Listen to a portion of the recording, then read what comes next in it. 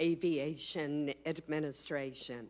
I'm very pleased to be joined by Senator Jack Reed, the subcommittee's ranking member.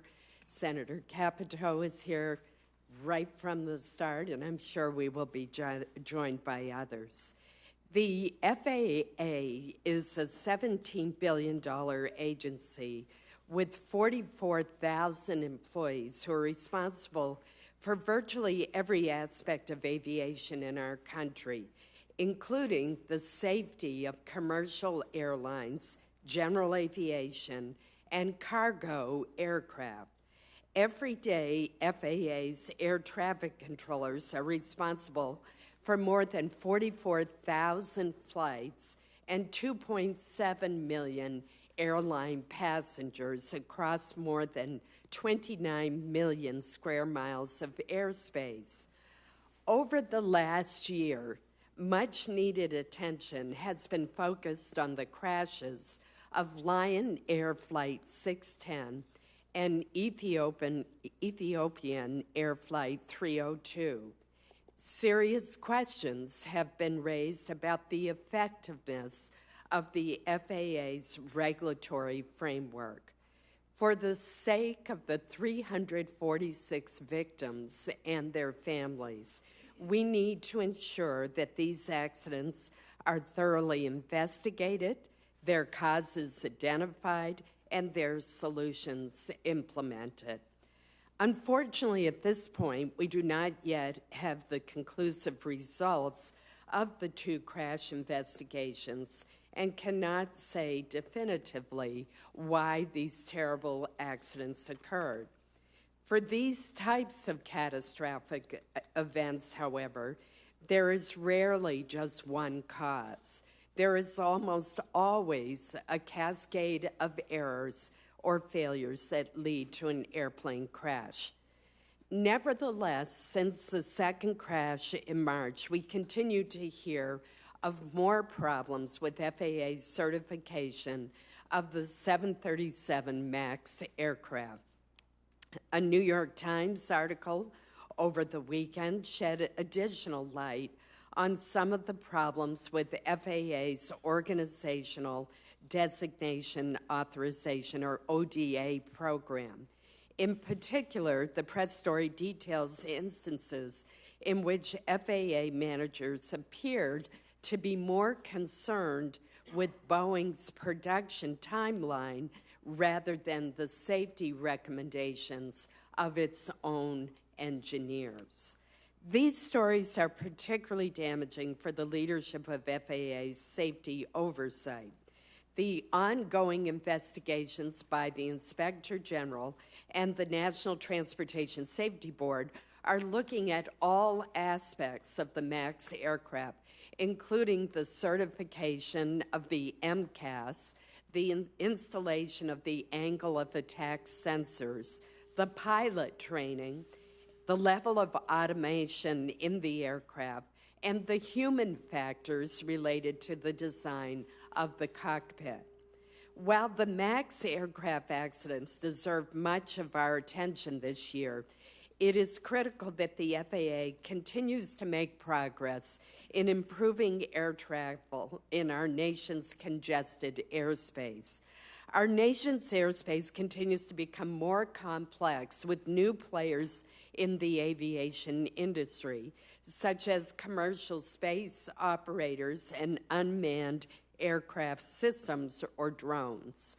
During the last 2 years, this subcommittee has provided substantial funding to improve safety, increase the efficiency of air travel, and modernize the infrastructure at our nation's airports. And I look forward to hearing from our witnesses on how these investments have improved air travel for the public. The next-gen programs like performance-based navigation and time-based flow management will improve air travel by reducing flight times.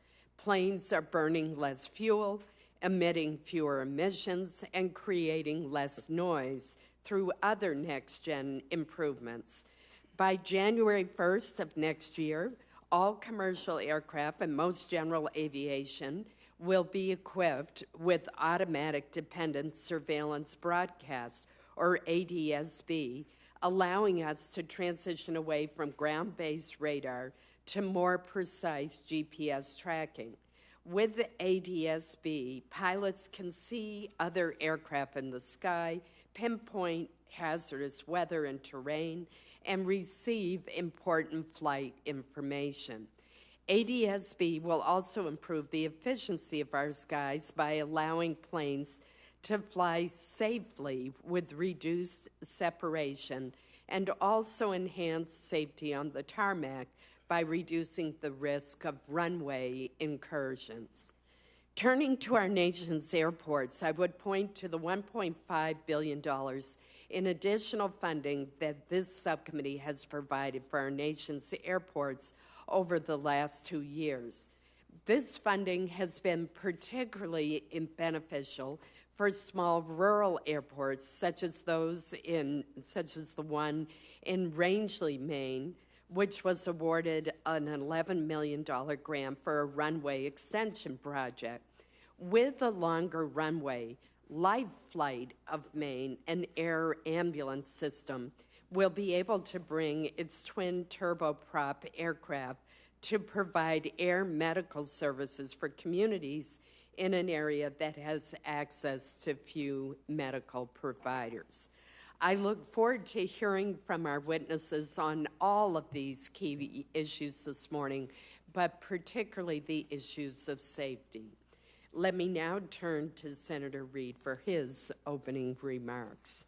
Thank you, Chairman Collins. This is a timely hearing, given the unresolved safety issues that have led to 2 fatal airline crashes and the grounding of the Boeing 737 MAX. Every possible measure must be taken to ensure the aircraft is safe before it is allowed to return to the skies. It is critical that Boeing and the FAA get this right in order to restore public confidence in both the aircraft and the certification and oversight process. Failure to do so will jeopardize continued U.S. leadership in the aviation sector and FAA's standing as the gold standard for safety. As the chairman indicated, a New York Times investigative report released last week describes, in their words, a broken regulatory process that effectively neutered the oversight authority of the FAA. You can see the deference granted to industry reflected plainly in a joint industry FAA product certification guide published in 2017, which highlights, quote, how an applicant and the FAA can begin a transition to a state where there's progressively less direct involvement of the FAA in the compliance activities of the applicant. In its article, the Times goes on to say that at a crucial moment in the MAX's development, the agency operated in the background, mainly monitoring Boeing's progress and checking paperwork. Boeing was treated as a client, with FAA officials making decisions based on the company's deadlines and budget. FAA engineers found they had little power, even when they did raise concerns. These allegations are grave and speak to the need for a culture change that rebalances the relationship between regulator and industry. The need for a culture change appears to extend beyond the FAA's certification program. The DoD Inspector General is raising alarms on the FAA's oversight of the air carrier maintenance program. Specifically, the IG raised concerns that the FAA has shifted its safety strategy from emphasizing enforcement actions to a more relaxed compliance assistance model to help air carriers address the root causes for noncompliance of safety regulations. In doing so, the FAA's current guidance allows inspectors to close safety compliance actions before validating that the corrective action has been implemented and is effective.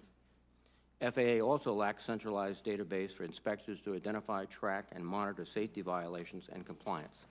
This leaves a huge gap in FAA oversight of air carrier maintenance activities.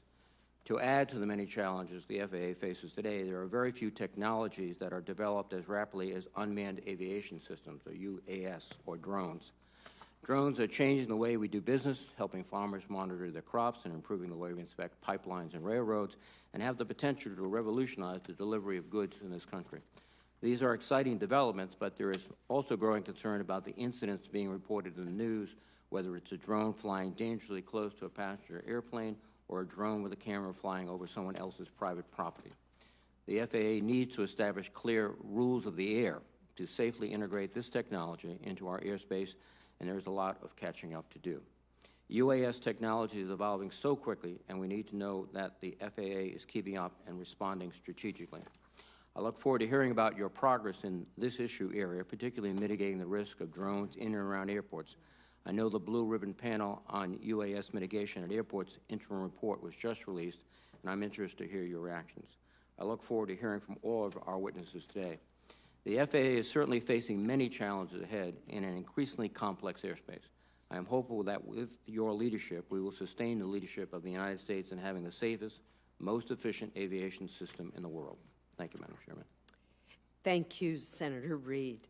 I now want to turn to our panel of witnesses, all of whom are senior career officials of the FAA. We are joined today by Carl Burleson, the Acting Deputy Administrator of the FAA, Ali Barami, the Associate Administrator for Aviation Safety, Winsome Lenfort, the Deputy Associate Administrator for Airports, and Angela Stubblefield, the Deputy Administrator for Security and Hazardous Materials. Mr. Burleson, we'll start with you.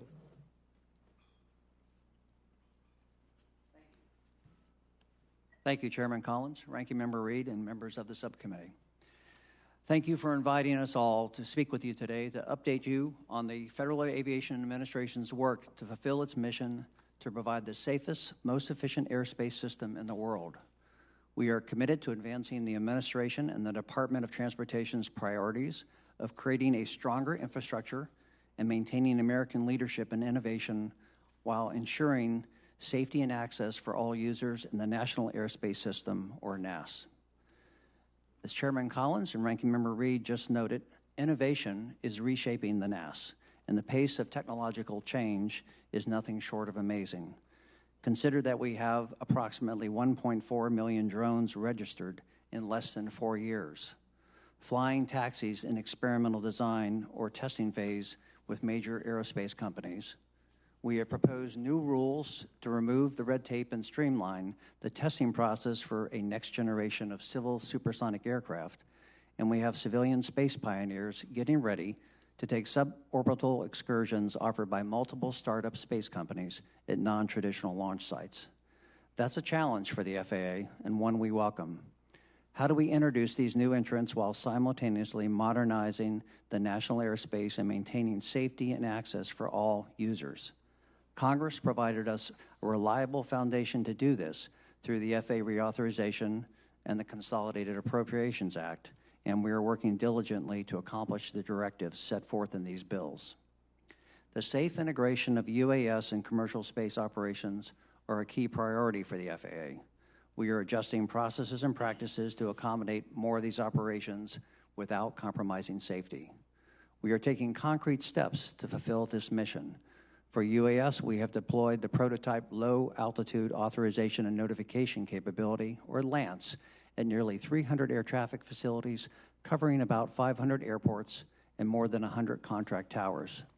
LAANC allows UAS operators to gain airspace authorization in a matter of seconds, compared to weeks previously.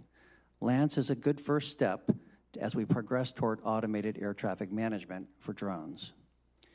We took another concrete step for commercial space integration by opening the Challenger Room inside the Air Traffic Control System Command Center, where Joint Space Operations Group assess proposed launch and reentry operations that have an impact on the nation's airspace.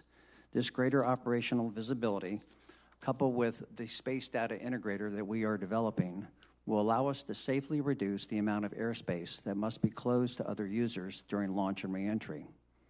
In addition to our UAS and space integration activities, we are also operationalizing next-gen technologies, including ADS-B Out and Terminal Flight Data Manager.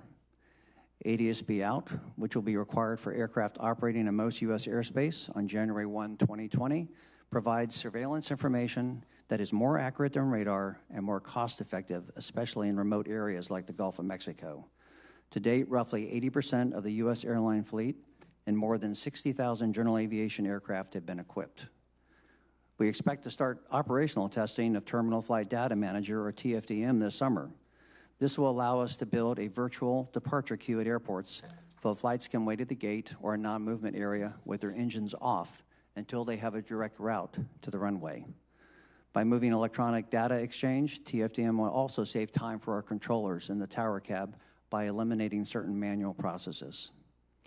We are also working to make sure new generations of Americans are ready to enter the aerospace workforce. In fact, one of the highest priorities at the FAA is to bring new, well-trained women and men into the aviation system. We have established an aviation workforce steering committee to focus on broadening the pipeline of young people interested in aviation careers, enhancing the proficiency of training and targeting skills we need in the future, and partnering with academia and industry to achieve these outcomes. In conclusion, let me reiterate that the men and women of the FAA are committed to ensuring the United States is the gold standard in aviation safety. We be the first to acknowledge we are not perfect, but whether a technician maintaining power systems at a facility in New Hampshire, a safety inspector helping educate the next generation of pilots in Florida, or a controller working traffic in Chicago, FAA's employees are not complacent about their mission. They work every day to ensure the safety of the American traveling public. That is why we are confident with the support of this committee and the robust engagement of our stakeholders, we can safely achieve innovation necessary to continue America's global leadership. Thank you. Mr. Barami. Chairman Collins, Ranking Member Reed, members of the subcommittee. I appreciate the opportunity to address Federal Aviation Administration's top priority, safety. The Ethiopian Airlines Flight 302 and Lion Air 610 accidents were tragic events that seared the safety conscience of the entire aviation community.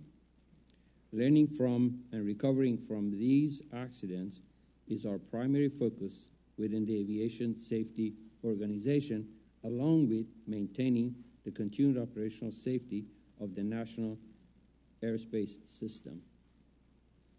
With respect to returning the 737 MAX to service, the FAA is following a thorough process, not a prescribed timeline. We continue to evaluate Boeing's software modification to the MCAS. In addition, we are developing necessary training requirements as we support various investigations and audits underway. We are working through the Joint Authorities Technical Review, or JADR, to conduct comprehensive review of the 737 MAX's flight control systems certification. We have also initiated multi-agency technical advisory board review of Boeing's MCAS software update and system safety assessment. Let me emphasize that despite this strong spotlight we are under, we welcome this scrutiny as it will make us stronger. Our data-driven, risk-based systems approach to standards, certification, and oversight forms the backbone of the proven, quantifiable safety record that we have come to expect in commercial aviation. In the past 10 years, U.S. carriers have transported more than 7 billion passengers with one fatality, but one fatality is too many. Further, as the aviation environment becomes more complex with the new entrants, we know a healthy safety culture requires commitment to continuous improvement. Through our new strategic plan, we are aligning our safety culture to be responsive to the new challenges we face, including new entrants, the fastest growing of which is, of course, unmanned aircraft systems, or UAS.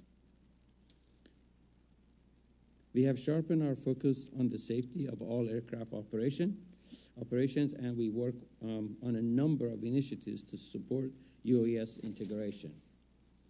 We are using existing rules to enable UAS operations where we can, and focusing on safety enabling an ever-expanding universe of UAS operations and capabilities.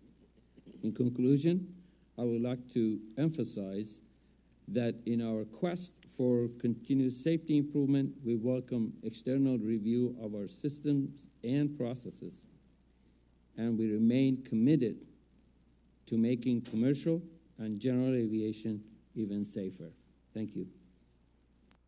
Thank you. Ms. Lenford.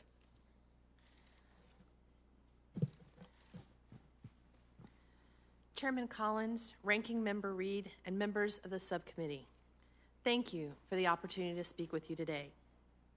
The Office of Airports works with more than 5,000 airports across the country, and more specifically 3,300 airports that are part of the National Plan of Integrated Airport Systems. We also work closely with airlines, general aviation pilots, state aviation professionals, neighboring communities, local governments, and many other stakeholders. Our top priority is always the safety of the traveling public, while optimizing capacity, efficiency, and security of our nation's airports. We also ensure environmental responsibility and financial accountability. We are deeply grateful to the United States Congress, and particularly this committee, for the trust that you place in us. The needs far exceed the available resources, but the funds that you provide are crucial to keeping our nation's airports as safe as the airways that connect them. The nationwide system of airports that we help maintain represents a critical safety net, which is part of why the United States has the safest air transportation system in the world. They are also crucial to our national, regional, and local economies. Understanding the importance of infrastructure to our nation's economic well-being, we work closely with airport operators and their planning and their development programs. In 2018, we issued a total of $3.46 billion in airport improvement funding, including a portion of the fiscal year 2018 supplemental funds. In fiscal 19, so far, we have processed more than $2.4 billion in grants, including additional funds from the fiscal year 2018 supplemental program. We also continue to improve safety through inspections of certificated airports, through site visits, and through our latest initiative, the Runway Incursion Mitigation Program. Through construction, procedures, and signage and marking changes, we were able to reduce runway incursions at 39 locations by 93%. But we could not accomplish this work without our highly skilled professional workforce. They, too, depend upon the resources that allows them to perform their daily functions, such as helping develop runway extensions in remote areas. They help figure out how to optimize safety and capacity at constrained airports. They help determine how to justify a runway extension with a balance between community environmental concerns and the system capacity and safety needs. Our compliance experts ensure that aviation-related revenues are used for aviation-related purposes, which is critical to the functionality of our system. Our people work closely with other parts of the FAA, as well as other federal, state, and local agencies. We are dedicated to working with you and our stakeholders that we serve to help solve problems and to ensure that we have the safest and most efficient airport system. Thank you. Thank you. Ms. Stumblefield. Chairman Collins, Ranking Member Reed, and members of the subcommittee, thank you for inviting me to speak with you today about how the FAA is addressing security risks associated with UAS integration. Safe and secure integration of UAS into the national airspace system cannot be achieved without addressing the risks posed by malicious or errant UAS operations. Just as the U.S. government has built a strong foundation of aviation security to support manned aircraft operations, we are focused on creating a comprehensive and holistic UAS security regime that includes the ability to prevent, deter, detect, and when necessary, respond to unauthorized UAS operations. The FAA's prevention efforts include continuous public outreach and education and support to law enforcement and public safety agencies. The FAA and our security partners believe most non-compliant UAS operations are committed by the clueless and the careless with no malicious intent. To deter reckless operators, we are providing instructional resources and investigative support to law enforcement agencies, which also enables FAA civil enforcement. We are publishing a remote identification rule to support prevention, deterrence, and detection of potential safety and security risks. The ability to remotely identify UAS and their operators in flight is crucial to locating and taking appropriate action against UAS operators posing a safety or security risk. Detecting the presence of an unauthorized UAS and locating the operator is critical to UAS safety, security, and integration. The FAA is providing information to airport sponsors to help them make informed decisions about deploying UAS detection technology at some airports.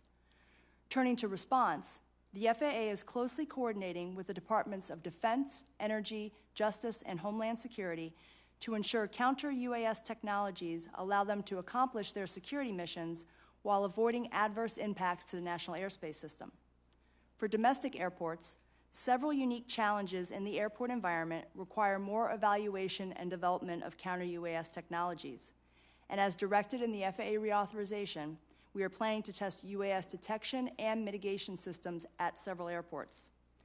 We share concerns about the potential impacts of a drone disrupting airport operations and are closely coordinating with our federal security partners to finalize a national federal response plan to deploy counter-UAS authorities and technologies to address a persistent UAS disruption at a major U.S. airport, ensuring the U.S. government is ready to respond to an event similar to the UAS disruption at UK's Gatwick Airport in December 2018.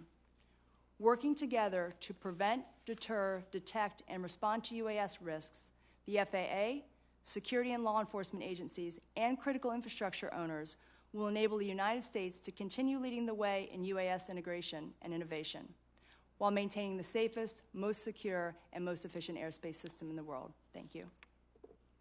Thank you. Mr. Burleson, I want to start with you today. In your testimony, you state that the FAA prioritizes safety above all else, which is what we would want and expect.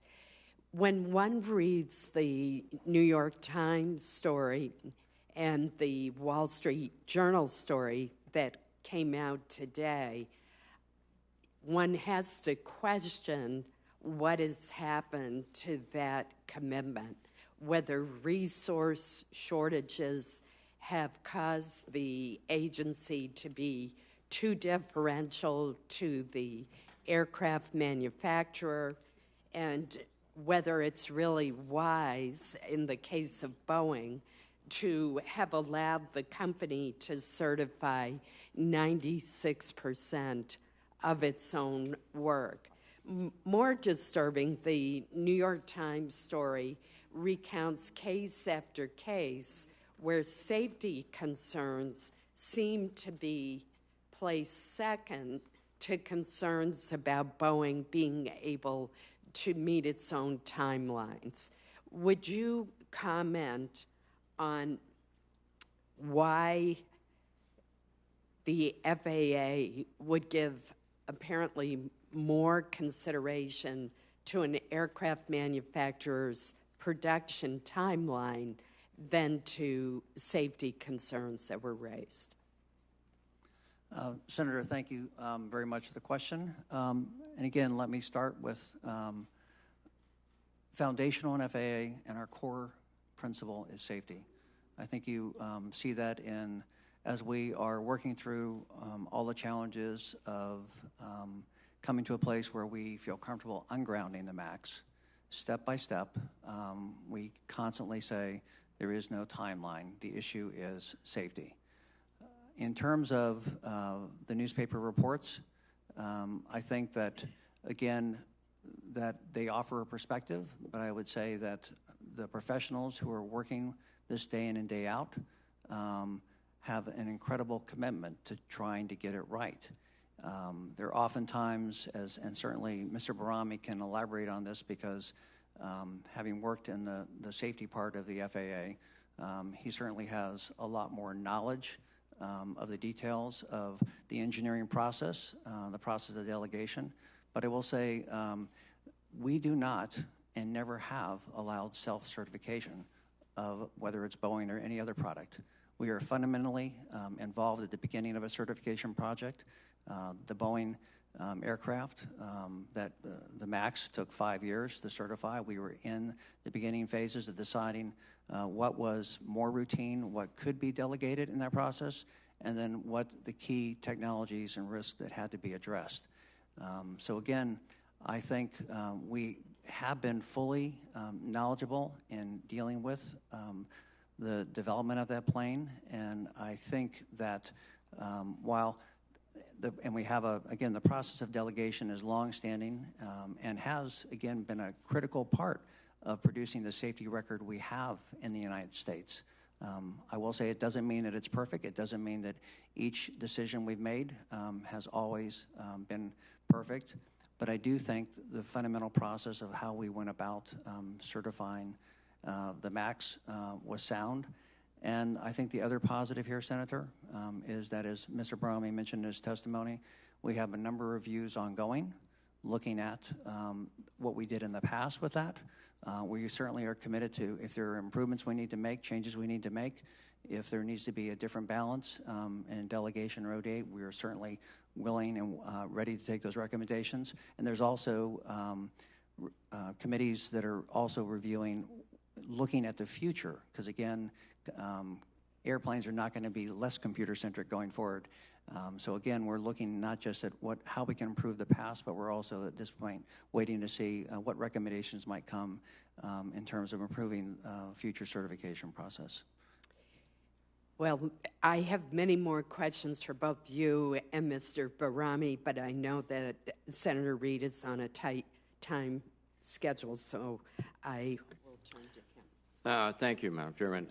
Mr. Barami, it seems that, to make sense to me at least, that pilots who fly these aircraft on a day-to-day basis should be involved in the certification process. In fact, day-to-day pilots, if you will, were involved in finding an additional flight control software issue when they were given access. Going forward, will the FAA reconsider requiring that everyday pilots, I'm using the term generically, not just test pilots, play a greater role in aircraft certification? Senator, thanks for that question. Pilots and flight test engineers and operational pilots are engaged in certification, and they have always been involved. What you recently heard with respect to the recent findings, the issue was a review of the system safety assessment, and what we found out that there was a particular failure which was extremely remote, and we acknowledged that, we understood that, and based on what we learned from the two accidents, we decided that we need to actually verify the assumptions, and that's where our pilots got involved to, in fact, verify that that particular situation was, if it occurs, is recoverable. And in that particular case, several of our pilots were able to recover, but there was one or so that they could not recover successfully. And because of that, we said that change needs to occur. So the good news is the pilots are engaged and involved in the process. But the question is, will they be formally engaged going forward? Absolutely. In a much more robust way, officially, not just informally, but officially by FAA? Absolutely, sir. Thank you.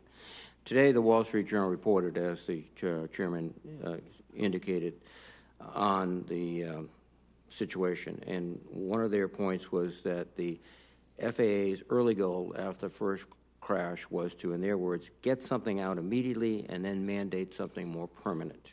Specifically, the FAA analysis suggests that a warning to pilots would be enough to provide Boeing about 10 months to design and implement changes to MCAS, according to a person close to the manufacturer.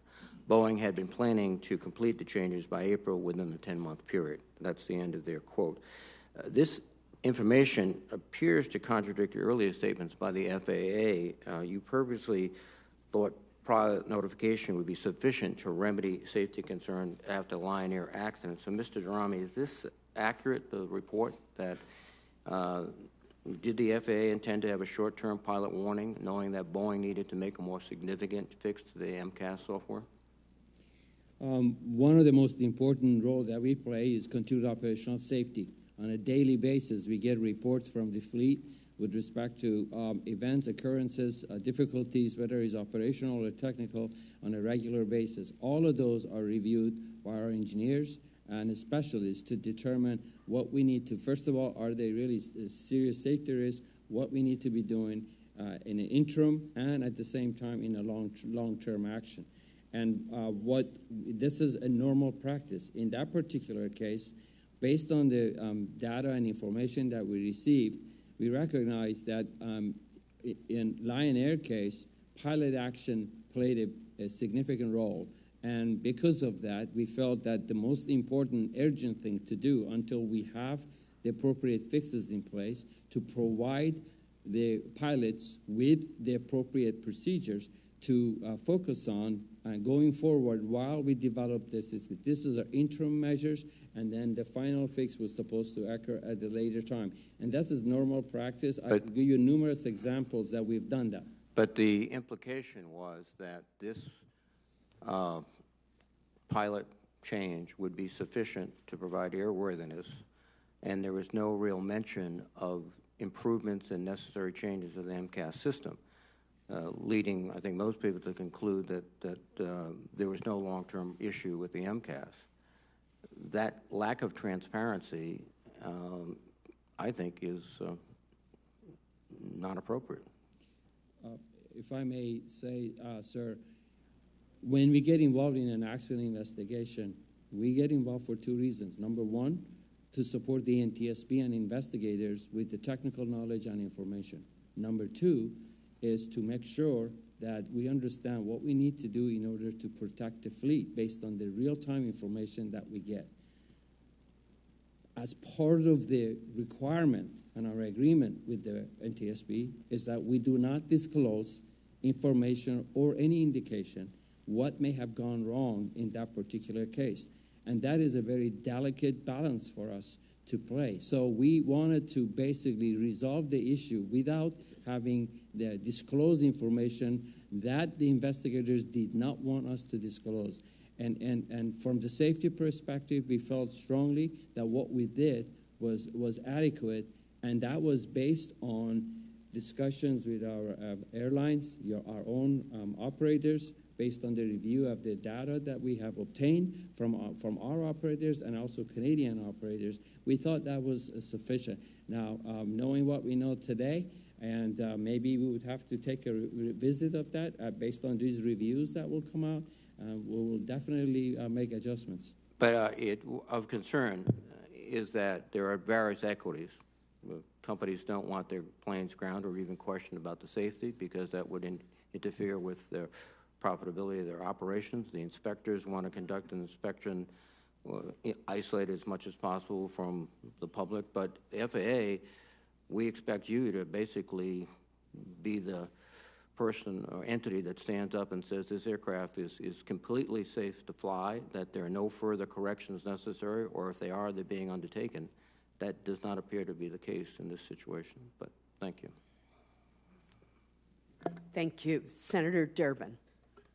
Thanks, Madam Chair. During the 35-day government shutdown, which President Trump initiated earlier this year, I made a point of meeting with air traffic controllers in St. Louis and in Chicago. And I learned that over 3,000 aviation safety professionals had been furloughed during the president's shutdown, and that another 15,000 controllers and aviation safety professionals worked without pay. Many of them were working extraordinarily long shifts to try to make up the difference. Well, it's been 6 months since the government reopened, and we're still, I understand, feeling the impacts of that shutdown on our air traffic control system. The Air Traffic Controllers Union reports that the shutdown led to early retirements and delayed classes at the FAA Academy, causing some students to drop out. For an organization that already experiencing a worker shortage, and for air traffic controllers who've been forced to work longer hours for too long, the shutdown caused serious damage. And the FAA has reportedly had to lower its hiring target for controllers from 1,400 this year to 900. The shutdown also negatively affected the implementation of new safety systems, including the Arrival Prediction Alerting System, a safety system that can alert a pilot if they're about to land on the wrong runway or need to circle the airport. 6 months after President Trump's shutdown, can you give us an update on the size and scale of the impacts it had on air traffic control? How much ground did we lose when it comes to air traffic controller hiring and safety upgrades? Thank you, Senator, for that question. And again, I'll start with, I just want to say I appreciate your acknowledgement of what FAA did.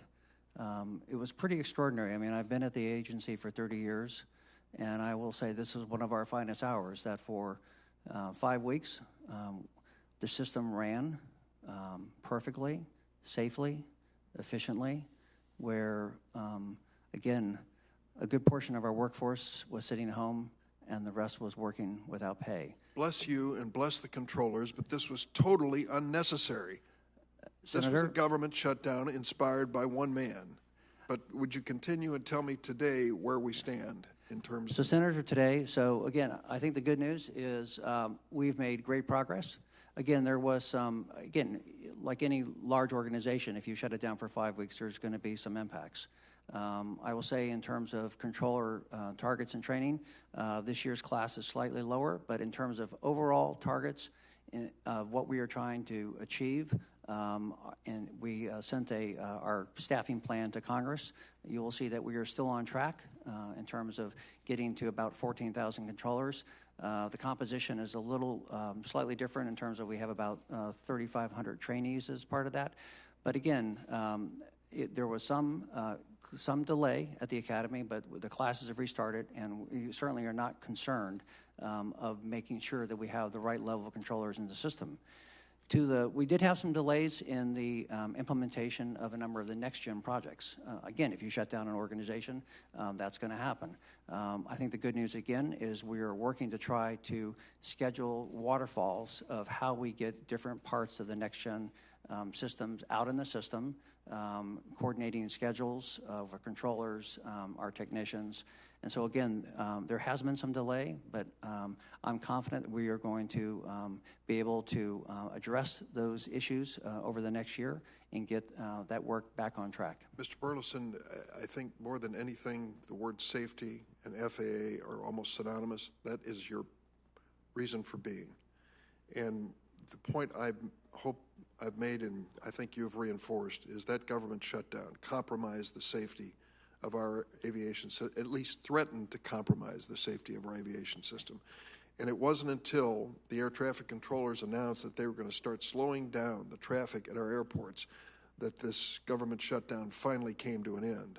What you're telling me as well is that many projects that Congress has asked for and you have initiated to make our air traffic or our air aviation system even safer have been delayed because of this government shutdown. This note, I said earlier that the FAA has reportedly lowered its hiring targets for air traffic controllers from 1,400 to 900. We received that information from you. Is that the case?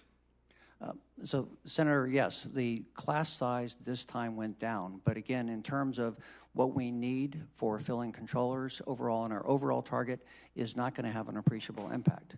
But let me come back to you, Senator. I have to fundamentally disagree.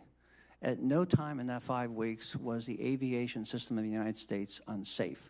We would not, sir, we would not have allowed the operations. Say that. And I think it was not unsafe because air traffic controllers still on the job were working long hours to try to make up the difference, despite many of them facing the reality of no pay. And I can tell you some specific stories of these air traffic controllers that I met with and the sacrifices and pressure they were under because of that shutdown. I would like to believe that an air traffic controller is working a normal shift without that kind of pressure and family pressure, with no paycheck, and doing their job and doing it professionally. I don't think we made it any easier with that government shutdown. Let me just ask you point blank, do you? Do you think the government shutdown made their job easier? No, sir, it did not make our controllers' job easier. It did not make our airport inspectors nor our safety folks. No, that did not make it easier. All I want to say, sir, is that because of the commitment, and this is what I said in my statement, the men and women of the FAA have an amazing commitment to the safety of the aviation system, and this is what you see in that shutdown, that they reported their work, they did their jobs as the government sorted out its issues between the Congress and the administration. Our focus is not that. Our focus is making sure the system runs safe every day for Americans.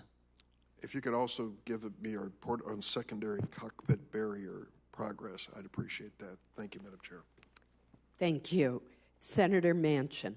Thank you, Madam Chairman, and thank you all for this hearing. I'm going to get right to the 737 MAX. And I think that Mr. Balrami, this will mostly be for you. It seems like every few months that we're learning something new about the problem. First, it was the MCAS system existed at all. We didn't even know about that. It wasn't even included in the pilot's manual. Second, we learned that changes were made to the MCAS system late in the design process and made the system more powerful, allowing it to push the nose down much more aggressively. Even so, this system relied on a single sensor and had no redundancy. Third, we learned that the FAA never performed its own assessments of the system, and in fact, that had delegated much of its oversight to the Boeing company. We are still in a position to be helpful. We want to be helpful. We need to get these planes moving again. As last count, I have 389 planes that have been grounded, 200 built and not even delivered, so we're at 600 planes. What does that do for the safety of the system right now? If we're running planes that should be timed out or maybe should be grounded, are we running planes longer than they should be run since they're not being replaced? Are we losing a lot of flights, which is a tremendous economic hurt to all areas of the country?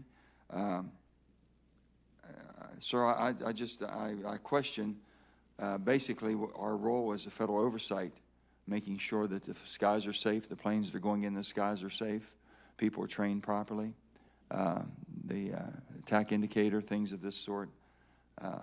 It's just unbelievable that we got to this position, and we let them, I'm understanding, it was driven by the industry who did not want to go through the retraining process and try to save an awful lot of money and time just making the transfer of a new plane coming into the system. So if you can talk to that, sir. I know you're over all of this. I know you started out with the 737 MAX, then you went back to the private sector, then you came back to the FAA. So if you can explain to me how we got to this position.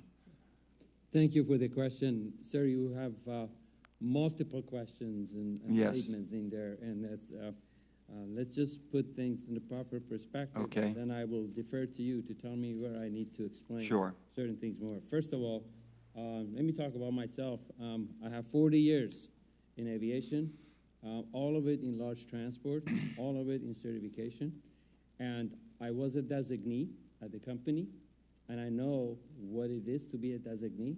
It's a badge of honor that once the greatest safety organization in the world tells you that you're trusted to do work on my behalf in terms of data improvement, that is probably the highlight of an individual career.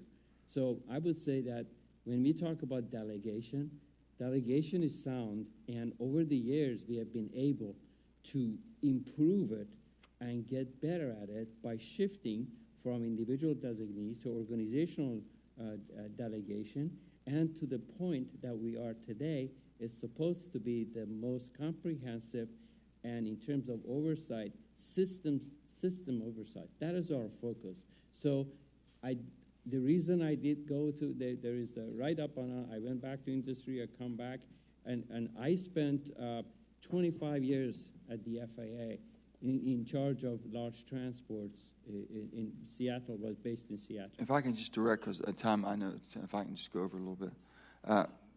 This was a complex plane, okay? And they hung new engines on, you did a lot of different things with a software system that wasn't even mentioned in the pilot's manual. Wasn't even mentioned in the pilot's manual, and yet the FAA agreed that pilots only needed an hour of iPad training to get up to speed. That is incomprehensible to me, to be in that position when we did a complete makeover, basically using the same airframe, but we changed the whole dynamics of that plane to perform differently. The pilot training, that's a great question. The pilot training decision is not made by one individual or one inspector or pilot in the FAA. It's done through a process which is called Flight Standardization Board. And what we do is we... Is that under you all, the FAA? Yes, it's under my... Well, here's the other thing on that. The biggest selling point for the MAX was that it would require minimum pilot training. And Boeing promised Southwest millions of dollars in rebates if the MAX required simulator training. You already basically eliminated simulator training, didn't think it was needed to basically adhere to what Southwest demands were. If I may finish my... Sure, I'm sorry. No, that's okay. What I wanted to point out was that when we have a new design, whether it's a derivative or a new model, the pilots, including line pilots, people at the airline, they get together as part of this group, and they see what changes are made to the flight deck. They compare it to the previous model, and then they go through the training syllabus and make a decision what type of training is needed. It was the decision of that body that says that this MCAS training, with computer-based training, is sufficient. And I'm not a pilot, but I can tell you that from human factors perspective, you want to make sure you provide the pilots with sufficient information to be able to control the aircraft, but you don't want to overwhelm them with all kinds of information that may not be relevant. An MCAS system was supposed to be a system, and it is a system that works in the background, and it should be transparent to the flight crews.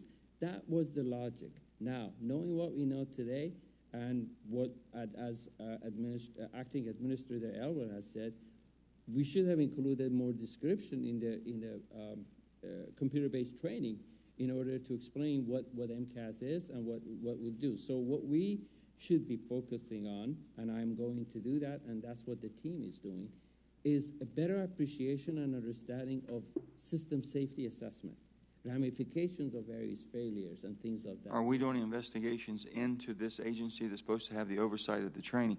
I'm a pilot, so the only thing I know is when I'm flying IFR, and I think that I got to override the autopilot, I've got a couple switches to flip, and I'm overriding my autopilot. I mean, that is the first thing that I've learned. When I go back to pilot training, the same thing. I'm being basically trained in case of an emergency.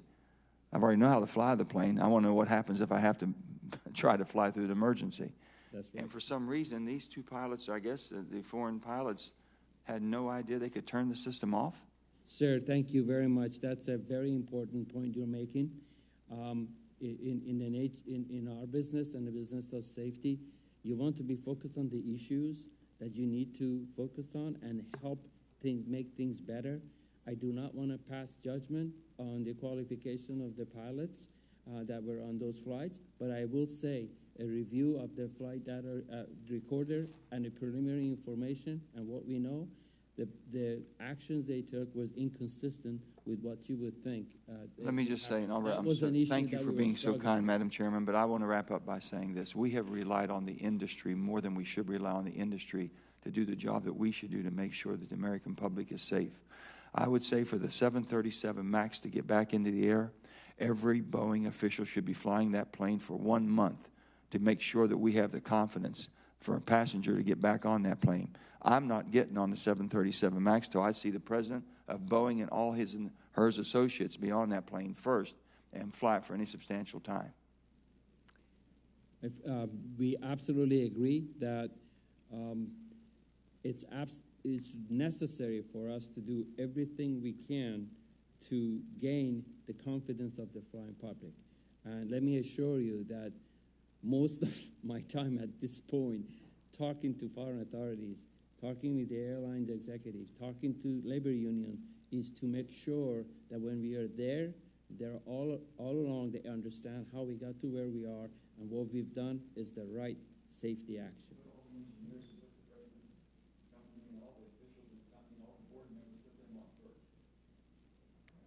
Thank you, Senator. Thank you. Senator Bozeman.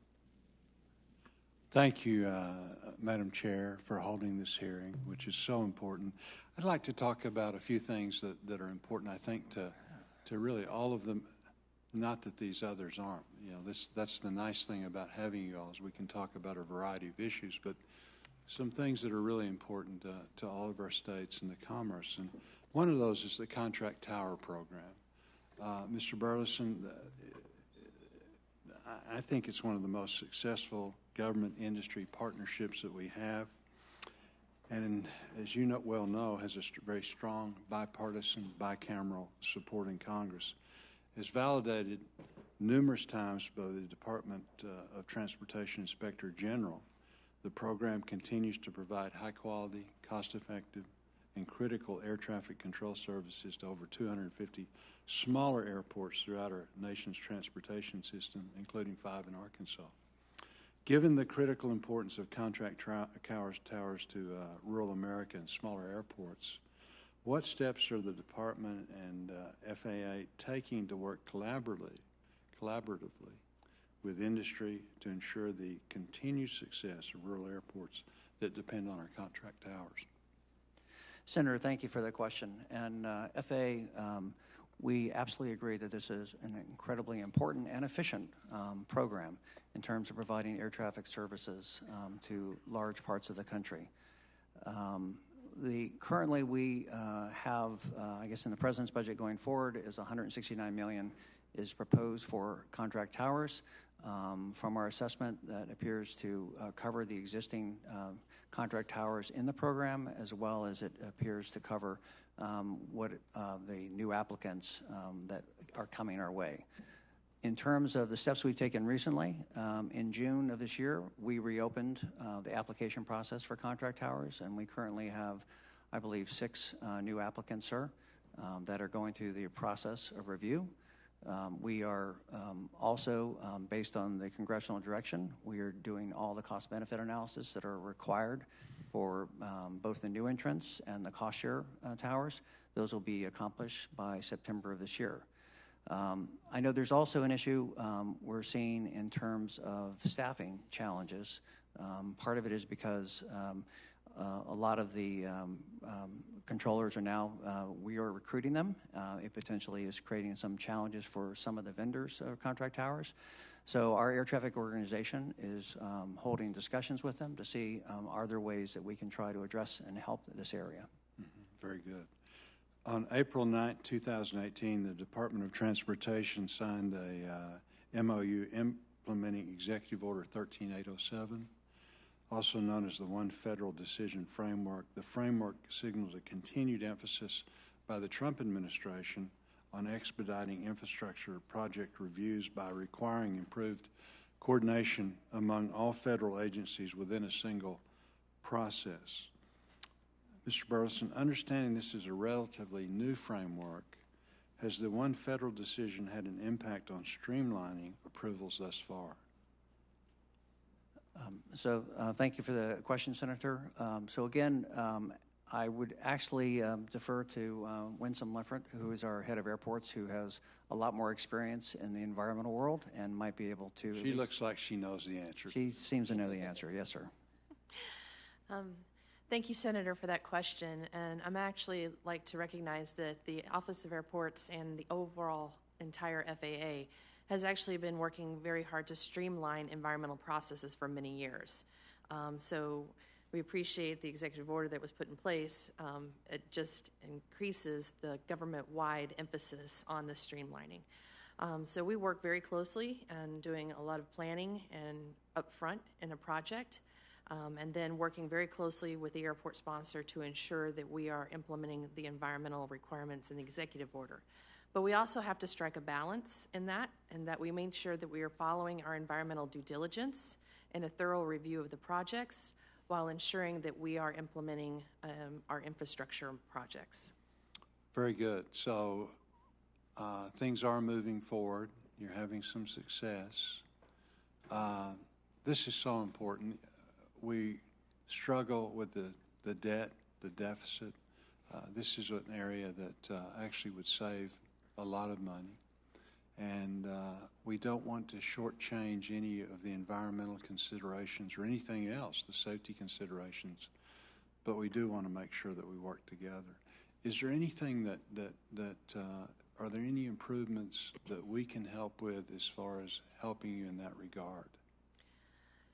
Not at this time. I think one of the things that was approved in the recent reauthorization is Section 163, which actually allows us to look at a project and make a determination that there is minimal federal impact required, especially on non-aeronautical development on an airport. And we've been very successful with this program. So far, there have been about 25 different projects throughout the country where we've had to do minimal review, and the airports are going forward and putting the projects in place without minimal environmental and federal oversight. Some of the projects example is in Lafayette, Indiana. They were able to go forward and to put in an industrial research park with minimal federal oversight and environmental review. Spokane, Washington is also another one that we recently did. Very good. Thank you, Madam Chair. Thank you. Senator Hoeven. Thank you, Madam Chair. Administrator Barami, could you provide me with a, you and I had a conversation last week. Appreciate that very much. And as you know, we're working on some things at our Northern Plains test site at Grand Forks, North Dakota. And one of those we work very hard on is beyond visual line of sight. And so I'm wondering, do you have a list of milestones or specifics that we would need in order to approve the BVLOS, the Beyond Visual Line of Sight, flights without chase planes? I mean, have we gotten to those specifics that they need? Because as you know, we've worked on this very diligently, put a tremendous amount of resources in place, and we need to know what is required to finish that up, so we're doing it on a routine basis. Thank you, Senator. First of all, I want to thank you for the opportunity to talk to you about this just recently. Bet. As I said on the phone the other day, we have a very, very strong partnership with North Dakota, the test site. And they are supporting us in so many different ways, frankly, in numerous projects. As you know, we are now, they're engaged in the integration pilot program. They are engaged in supporting us for Operation Beyond Visual Line of Sight. They're also working on No Chase COA currently with General Atomics. And as I committed to you, with respect to the Beyond Visual Line of Sight, specifically with the company with Excel Energy, I committed to you that we'll have its result and changes made by end of this week. I was informed actually this morning before I come here that we made progress, and we are going to be communicating that to the test site. And they will be, with this decision, they will be able to eliminate the observers. That was a costly aspect of that. That's one issue that I was told this morning, which resolved the concern they had. With respect to their No Chase COA, the issue there is work and coordination between several air traffic centers. And today there is a meeting that is taking place to talk about that with the test site officials, and there will be the follow-on discussion with General Atomics. I guess what I'm trying to point out is I will be happy to provide you a list of all of the projects, but frankly, these are the two most important ones that were brought to our attention, and we have already taken actions on those. That's good. The key is understanding what they are in the timeline, and our people will work through it with you. And I want to take the opportunity to thank not only yourself, but Mr. Burleson and the others for the relationship that we have with the FAA. And we're trying to keep these things moving along. So we just want to make sure we understand exactly what the requirements are, and that we have some timelines we can set to achieve them. Sir, if I may say, one important thing in honoring your partnership is to keeping commitments. I totally understand that, and the appreciation of our mission, which is safety, and making sure that we balance safety and innovation appropriately. That's where we need the input and the data and the expertise that the Tech Center will bring to us, and we definitely welcome that. Okay, good. Thank you. And then Ms. Stubblefield, thanks for traveling to to see our UAS operations. We appreciate that. I guess questions I would have for you in regard to when do you expect to complete the current rulemaking process on remote identification for UAS? So thank you for that question, Senator Hoeven, and very much appreciated the trip out to North Dakota. It was very instructional to talk with the UAS test site and the folks out there. The remote identification rule is the top priority for the FAA on UAS rulemaking. It's an extremely complex rule. And it's a rule that requires not only the rule itself, but several other pieces that we have been working on. So we're working very hard to publish that rule this year.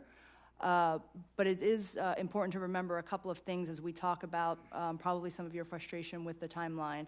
One is the fact that up until October of last year, the FAA did not have the authority over all UAS operators in the airspace, and we are extremely grateful to Congress for restoring the FAA's authority over all UAS operators, in particular the recreational operators. Before that time, we were struggling with putting together a rule that really addressed what needed to occur in the airspace with remote identification to take advantage of that from the security perspective, the safety perspective, and enabling integration. Once we had that authority, we were able to move forward in really building out the rule. But there's also two other facets that have to come together to actually enable remote identification implementation in the airspace. One is standards, and there are several industry groups that the FAA is supporting in putting together industry standards that will be necessary to execute the rule. And then on top of that is the infrastructure piece. So when that remote ID requirement is out there, how will that information be transmitted? How will it be communicated to the law enforcement and other security partners? That infrastructure has to be built out, and we have had an RFI out on the street in December to get a cadre of industry to start working on that. So the goal is when the rule comes out, we have the standards we need and the infrastructure in place to execute those all together. And on top of that, we are also, in June, our Drone Advisory Committee are seeking input on a 90-day time frame to have the DAC members who are industry, state and local law enforcement, state and local government, other aviation industry players coming together to talk about how can we incentivize early equipage of remote identification so that we can take advantage of that as quickly as possible. Thank you. Madam Chair, I do have some additional questions. Are you going to have another round? Or? We are. Okay. Thank you. Senator Murray. Thank you very much, Chairman Collins and Ranking Member Reed. Appreciate your work on this. And before I ask my questions, I do want to note that my top priority here is the safety of the flying community.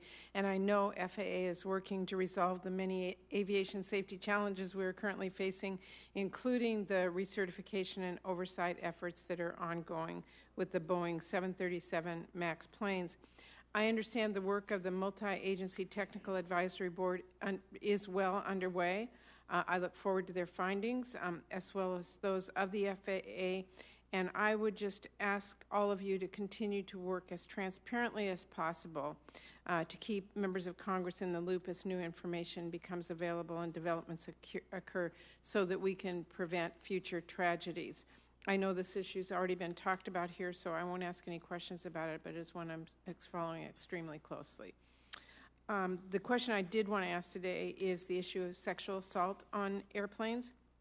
This is an issue that I've been working on for a long time because I heard from constituents who were sexually assaulted during flights, and they experienced a complete lack of information as to how to respond or who to report to, what would happen next. So both the FY18 Appropriations Bill and the FAA Reauthorization Act required DOT to work with relevant federal agencies and other stakeholders, including sexual assault survivors themselves and representatives from the flight attendants, airports, and air carriers, to establish a task force that would address sexual misconduct on airplanes. I'm really glad the task force has started its work, and I hope it will work with all of those stakeholders to recommend swift, effective action. But I wanted to ask you, Mr. Burleson, today, how is the FAA working with DOT and the Office of the Secretary on this task force? Thank you, Senator, again, for raising this question, because this is a very important issue. Certainly no one should be exposed to the risk of sexual assault taking a flight. Again, as you noted, the Congress has set up provisions where the Office of the Secretary is leading this effort.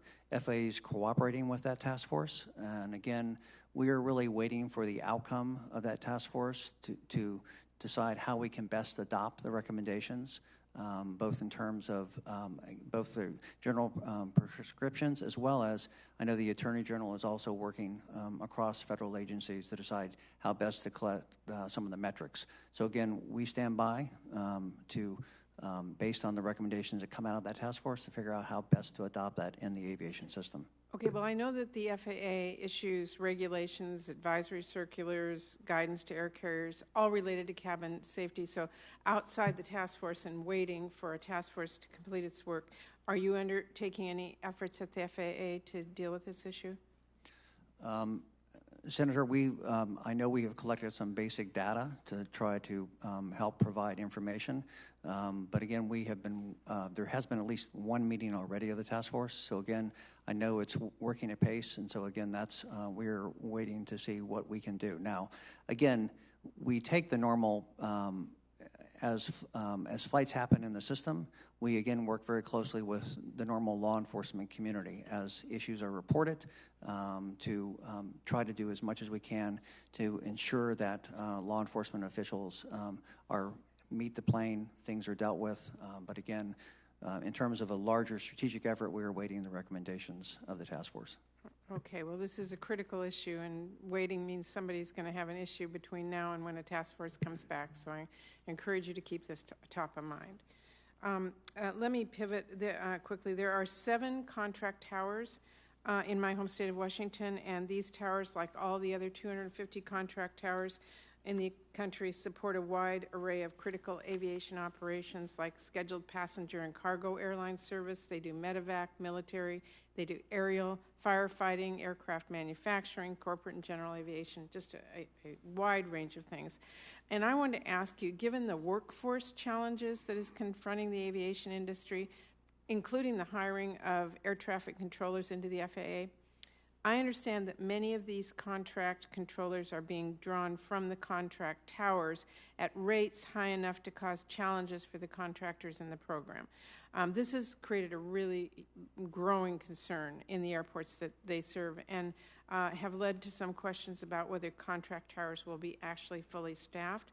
So I wanted to ask you what steps are being taken by the FAA to work perhaps collaboratively with the contractors and industry to make sure they have full staffing levels. Thank you, Senator. So as I had shared to an earlier question, we are very firm supporters of the contract tower program, and this issue of staffing has come up. Again, it is of concern to us. We want to make sure to try to that there is the right staffing available for vendors that actually man these towers. So our air traffic organization is actually having discussions to try to explore what options we might have in terms of workforce. Workforce generally is a very important issue for us. We have taken a number of steps in the FAA to try to tackle this broader issue of the aviation workforce going forward. You probably have seen some of the reports that over the next 20 years we need 600,000 pilots, probably almost equal amounts of technicians. We need new and kinds of skill sets. So we held a summit last September with industry and academia, unions, to start tackling this issue. FAA has formed a task force inside the agency, and we're really working to try to figure out how do we expand the pipeline of interesting the next generation of men and women in aviation careers. How do we target the right kinds of proficiency and skills in the training process? And how do we partner with both education and industry to try to make aviation careers attractive? So we are working very hard at this. Do you have a task force? Are you going to bring recommendations to us? Is there policy things or funding things we need to be focused on? We are, at this point, that's actually part of what we're working through in terms of how best to do some of these activities. We will have, going forward, I suspect we will have some recommendations. At this point, we're doing a lot of assessment of how best to deal with some of these issues in terms of pipelines, proficiencies, and partnership. But again, this is a very top priority because, again, the heart of aviation being successful in America really has relied on the workforce, whether it's working for us in the FAA or with industry. So again, we see this as critical both for the vitality as well as the safety of the system. Okay, I appreciate that and look forward to your recommendations, hopefully sooner rather than later. Thank you. Thank you. Mr. Barami, I want to follow up on the line of questioning that I began in the first round. I would ask that you bring your mic a little bit closer to you so that we may hear you more clearly. The New York Times story that I mentioned asserted that at one point in the certification process, FAA managers conceded that the MAX did not meet agency guidelines for protecting flight controls. But then the FAA considered whether any requested changes would interfere with Boeing's timeline. And FAA managers wrote that, quote, it would be impractical at this late point in the program for the company to resolve the issue. I have two questions for you. First, is that accurate? And second, should FAA managers and engineers be concerned about Boeing's production timeline when making decisions that are related to safety? So that's, first of all, that's not correct. In every certification program, there is debate, dialogue, exchange with respect to compliance with the specific regulations. As you know, some regulations are very prescriptive. Frankly, those are the easy ones to find compliance to because it's either this or not. There are others that are very subjective, and in some cases, those regulations often are debated and discussed tremendously in a period of a 1 year, 2 year time frame. And I've seen in my career certifying programs like 787, Airbus A380, and others, and 777. I have seen those situations occur. That is why we put in place processes. That's why we put a process where we get appropriate people, get together, discuss the facts and information. In that particular case that you're referring to, there were a prior discussion as part of the process that the documentation of that particular action was taken.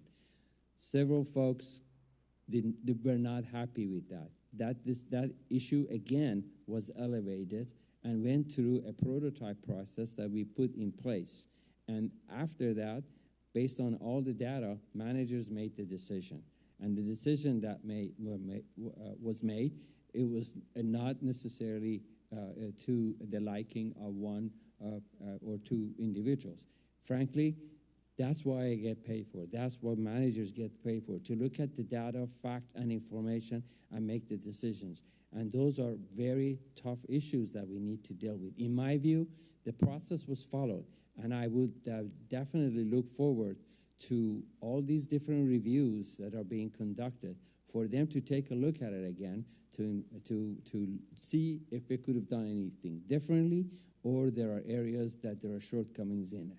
So is your testimony that pressure from a manufacturer to meet its deadlines for production has no impact at all on the decisions that you make with regard to safety? When it comes to safety, absolutely. Safety is number one. That's what we focus on.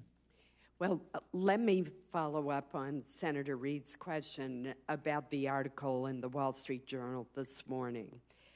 According to this press account, after the Ethiopian air crash, FAA's internal analysis found that the underlying risks of the MCAS were unacceptably high and that they exceeded internal FAA safety standards. Now, in the past, when FAA has found that an aircraft poses an unacceptably high safety risk, it has mandated equipment changes, inspections, or training. But in this case, what FAA appears to have done is simply to issue a reminder to pilots on how to respond to an MCAS malfunction, and FAA gave Boeing many months to fix the underlying issue. What troubles me about this is if the agency's own analysis found MCAS to be an unacceptable risk, why did the FAA not take immediate action to address those risks? So I just want to make sure, just a clarification. The discussion that we had was concerning the events after the Lion Air, not the Ethiopian airline. Ethiopian airline, we understand what happened in that case, and we shortly after we get the facts and data and information, we grounded the fleet. On the Lion Air situation, when you say a reminder and notifications to the pilots or flight crews, we do that through airworthiness directive. Airworthiness directives are laws. They are not just the reminders. They have to comply with that. And typically what happens in case of a procedure or a change or focus on a particular process, a copy of the airworthiness directive actually put in the flight book for the pilot, so they know that this is something they need to be mindful of. So it's not just a notification, be aware this is an issue. It's there for them to act upon should they encounter that issue. So that was an interim action. We knew that eventual solution would be to have the modification, and based on our risk assessment, we felt that we had sufficient time to be able to do the modification, and get the final fix. Which what that means that typically, when we have we refer to it as closing action. Closing action basically eliminates all the interim actions, removes that particular piece of paper from the flight manual, and then the MCAS modifications are incorporated. So those processes are what we use, and we did the same in this particular case. Of course, and I'll yield to Senator Reid, but one issue here, which Senator Manchin mentioned, is that MCAS wasn't in the original manual, which seems very strange. Senator Reid. Well, thank you very much, Mr. Chairman. Mr. Burleson, you're aware that the Department of Transportation, IG, is conducting a review of certain air carriers' management and maintenance programs. And we understand that they've developed a systemic concern that FAA is transitioning from a strategy that emphasized enforcement to one that is more relaxed in terms of compliance. And they've also indicated that the questions have arose about the agency's ability to effectively document maintenance issues and identify persistent problems or trends over time as a result of this new approach. And as I indicated in my opening statement, they contend FAA guidance even allows inspectors to close out compliance actions without ensuring that corrective action has been implemented and is effective. Given all these comments, can you explain how the FAA is mitigating safety risks and holding air carriers accountable to appropriately maintain the fleet with this sort of relaxed approach? Thank you, Senator, for the question. And what I would like to do is set a larger historical context and then let my colleague, Mr. Barami, talk specifically about the maintenance issues with the IG report. So again, where we've arrived today in the compliance program is all about how do we identify risk and deal with safety proactively. And again, it is not a matter of relaxed enforcement. We still take enforcement. If you cannot meet the standards, if you cannot comply with for a safe operation, we will take appropriate action. And again, this was a process that has been developed over 2 decades.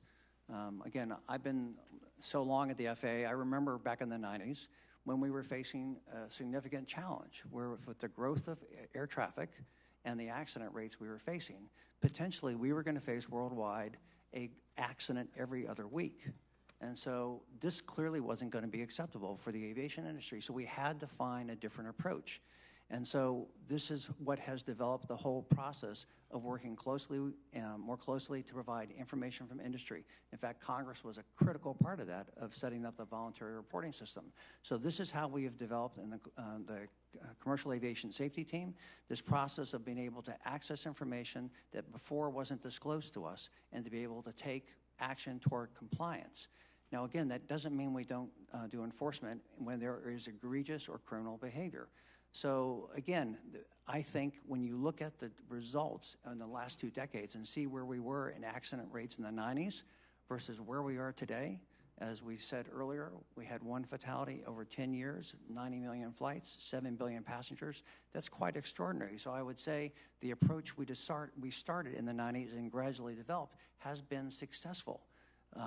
That said, it doesn't mean there are not improvements. And again, we continue to try to work, and certainly the IG, we appreciate his input in terms of the program on the maintenance. And let me turn to Mr. Barami so he can elucidate there. I'm just want to give you a number, and that number is 23,000. And from 2015, when the compliance program went into effect until recently, those are the number of compliance actions that have been identified and corrected in the system. I can assure you that it's virtually impossible for any audit to be able to get to that many number of findings throughout the system, because no matter what we do, we go out and look at areas that we have traditionally had problems. If you look at the iceberg analogy, what we did in the past, we only saw the tip of the iceberg. That was regulatory area and audits. What we are doing with the compliance program, we are actually getting below the waterline, and we're getting into areas that we have not necessarily been able to get into, or do not have the knowledge to be able to understand, because a lot of those issues come through operational understanding and the details of operation. So I believe that a compliance program has been very effective and will continue to be effective. And the other point that I want to point out, I'm very thankful for the recommendations that came from the IG. And in fact, GAO is also conducting a review of the effectiveness of compliance program. And an area that you mentioned, which is follow through of the closure action, documentation of that, that's an area of focus. In fact, we are revisiting our training in that area, because in certain sector of aviation, specifically GA, we have to do some work and get better. And I think the committee would be well informed if you could get back to us when the report is official, indicating what corrective action you've taken in response and any issues you have. Because, again, when it comes to safety, and I don't have to remind it to this panel, you can't do enough. And I just want to thank Ms. Stubblefield and Ms. Lenford. Ms. Lenford, thank you for your help at TF Green Airport. And as you've learned, good work is rewarded by more work. We will be back. Thank you. Thank you. Senator Capito. Thank you, Madam Chair, and I want to thank you all. I apologize for coming in early and then having to leave. We had a markup in the Commerce Committee, and I was unable to hear all of your statements, so I apologize for that. I first want to begin with a thank you to the FAA. We had an issue with our EMAS, which is our emergency system at Yeager Airport. I see some nodding heads. In Charleston, West Virginia, we had a hillside collapse in 2015, which wiped out our emergency runway overrun area, and we actually had to do literally an act of Congress so that we were able to secure the grants to replace. We just had the final ribbon cutting of the final EMAS, which will allow for a lot of safety issues. If you've flown into Yeager, you know it's right on the top of three mountains actually, and having that safety stop there, overrun area is critically important for us to have bigger planes coming in. And so I just want to thank you all for all the work that you did with our offices to make sure that happened, and with our local county commission and our airport board. I do want to ask a question, and since I missed a lot of the testimony, I apologize if this has already been covered, but in hearing on the Commerce Committee on March 27th, I asked about pilot training and the airworthiness directive that was issued between the Lion Air and Ethiopian airline crashes. I guess, and so I'm surmising that recent reports have noticed that more stringent simulator testing has helped to identify a separate software issue. And maybe this isn't the best forum to ask this question, but hindsight's always really great. If you look at what you did after the Lion Air crash, and then what you've done subsequent after the subsequent crash after Ethiopian, would more simulator training or more simulator exercises after Lion Air been able to been shown some of these things to light? Was it? So I'm just kind of throwing that question out because I've always wondered, two is different than one, and if you'd been more aggressive and gone all out after the first crash, would we have had maybe some better information? Thank you for that question, Senator. First, I want to go back to the comment about it was through the simulator flight test or testing was that we found out these other anomalies or shortcomings in the design. That's not correct. Let me tell you why. What happened was through the system safety assessment and because of the accident and the thorough work that we're doing today, including 3 other authorities. We got Europeans, we got Canadians, and we got Brazilian colleagues supporting us in this review. And based on the data from the preliminary accident reports, we recognize that some of the actions that those flight crews took was inconsistent with what we assumed would be the appropriate action, which becomes a function of airmanship and the amount of training. What happened recently, what you read about, was that we identified a very remote failure case. And at that time, we said, knowing what we know, we really need to go back and see if this occurs, can flight crews recover? And that's how we ended up going into the simulator to model that particular scenario and see how their pilots react. Once we did that, we recognized, and it was the decision by our test pilots, that the level of proficiency that is required for this to recover from this event is exceptional. And because of that, we could not leave with the decision to leave it as is and don't make the changes. That's why we made the design changes, why the software changes are being incorporated. So the simulator was not the one that identified the issue. It was an actual system safety assessment that identified a vulnerability that we had to verify as part of our flight simulator testing. So then it goes into the simulator as a scenario. That's correct. So we run it in the engineering simulator, and in the difference between the regular training simulator and engineering simulator, on the engineering case, you have the flexibility to actually change certain systems where you can't do it in a regular simulator for training. So we have a lot of latitude in there, and we exercise those latitude in engineering CAB, and we be able to do this. So I would say that the decision to verify the assumptions was based on the information we gathered from the 2 accidents. Thank you. Thank you. Thank you. Senator Bozeman, do you have any further questions? Senator Hoeven. Thank you, Madam Chairman. had a couple more I wanted to, questions that I wanted to follow up on with Ms. Lenfert regarding some of our airports. In 2004, the FAA was scheduled to upgrade the ASR-8 in Bismarck to the digital ASR-11. However, that didn't happen.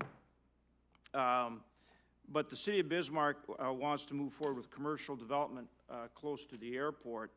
And so they need help in terms of relocating the existing radar to a suitable location that will allow for commercial development around the airport. So I know you're not purchasing more of the digital ASR-11 radar systems, but will you work with us and the city of Bismarck and the Bismarck Airport in order to accommodate that commercial growth and expansion?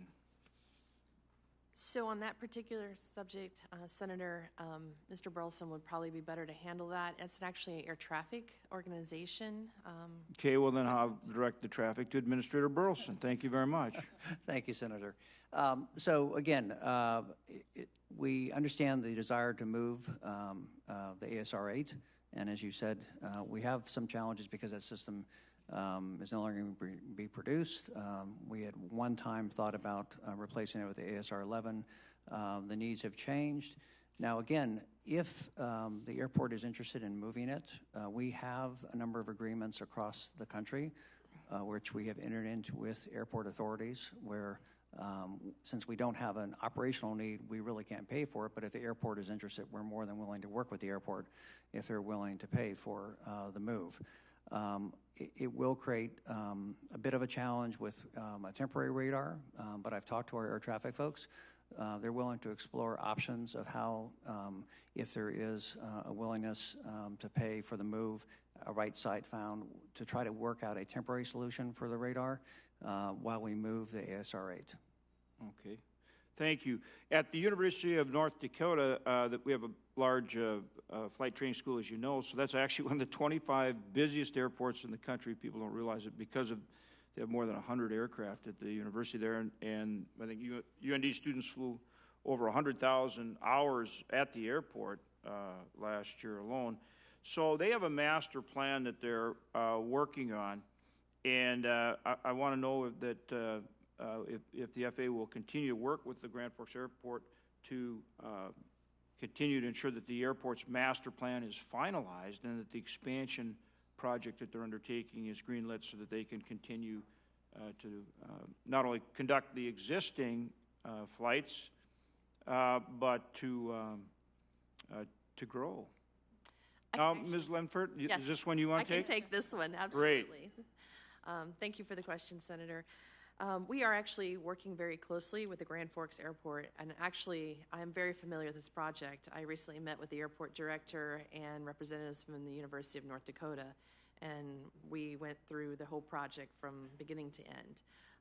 We are working very closely with them on their master plan, and we hope to have their airport layout plan signed and approved in August, so hopefully next month. Well, that's pretty quick. Yeah. So all righty then. They've been doing their homework. Tomorrow. Yeah, tomorrow's good. So we hope. So we're getting close. And then we'll be working with them closely to develop an environmental review once the ALP and master plan is approved. And then we'll be working with them on a potential funding plan once we get through the environmental. Well, I'm glad I directed that question to you. How about the air traffic control tower? That's part of it too. So I believe that we're going to start the design on the air traffic control tower in August. And then once the design is complete, we'll be looking for further funding for the actual construction after that point. Okay. All right. Thank you very much. Thank you. We're going to do one final round of questions. I know Senator Capito has one that she'd like to ask right now before Thank you. I just had one additional question, and it's a little bit along the lines of what Senator Hoeven was talking about. We have two schools at Fairmont State and Marshall, which have aviation schools. I guess they're called the CTI schools, Collegiate Training Initiative. In our ATC Hiring Reform Act, we did say that you could hire out of giving prioritization to graduates of these schools for air traffic controllers. What is the FAA doing? Because we always hear about the pilot shortage and how difficult that is. What are you doing to help schools either stand up these college training initiatives, or what kind of, in general, help can we do to address this challenge through our aviation schools that are just beginning? So, Senator, thank you for the question. Again, controllers are vital to the workforce, and we actually have had staff talking with Congress on the ACT legislation, and we do think, we certainly want to cooperate with you because we do think it could be helpful.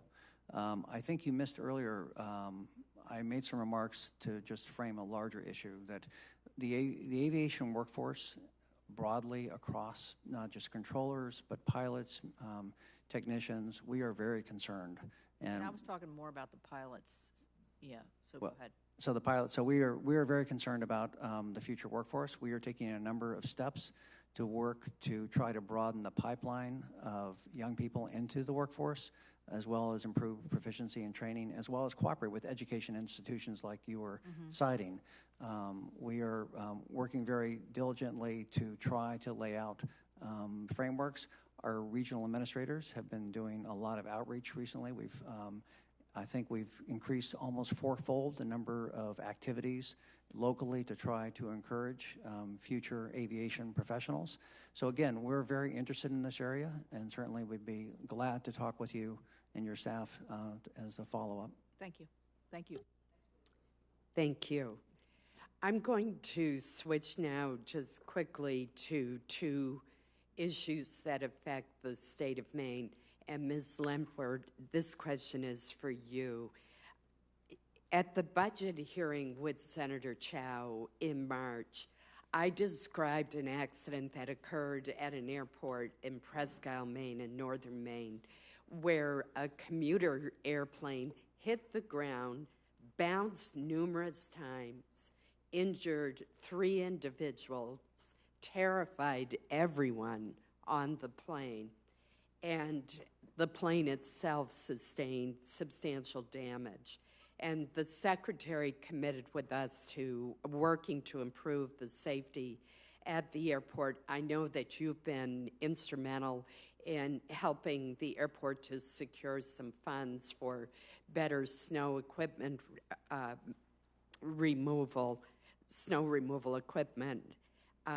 But we have a problem when you have a severe weather condition in a small airport like this. So could you provide us with an update on what else FAA is exploring to improve the safety of this regional airport? Thank you, Senator, for that important question. To note, to follow up on your request from Secretary Chow, the FAA has, in fact, made satellite-based procedures available at the airport. And so we're also currently continuing our investigation of this particular accident and looking and working with our air traffic partners, working with the actual operators, the NTSB, and other parts of the FAA to determine what were all of the causal factors in this particular accident. As you know, it's normally not just one particular incident that causes the accident. In the meantime, we're actually preparing, working with the airport to prepare them for this upcoming winter season. As you mentioned, we've worked with them to procure additional snow removal equipment, as well as work with them on their aircraft rescue and firefighting. Once the final investigation is completed, we will continue to work with them, as we do all airports, to ensure that they have a safe and efficient operation. Thank you very much, and thank you for your assistance in that matter. Mr. Burleson, and if this question shouldn't be directed to you, feel free to pass it on to one of your colleagues.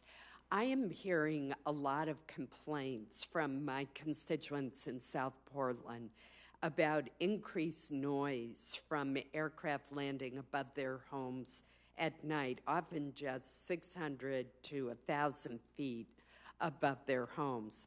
While most aircraft use the harbor visual approach over Casco Bay during the daytime, they cannot rely on visual ground references at nighttime. and instead they have to fly directly over the city of South Portland. The Portland Jetport has submitted to the FAA a request for a new required navigational performance, or RNP approach, to provide another option for incoming flights that would approximate the harbor visual route at nighttime. Now, the FAA claims that very few of the aircraft coming into Portland have the proper equipment to be able to use an RNP.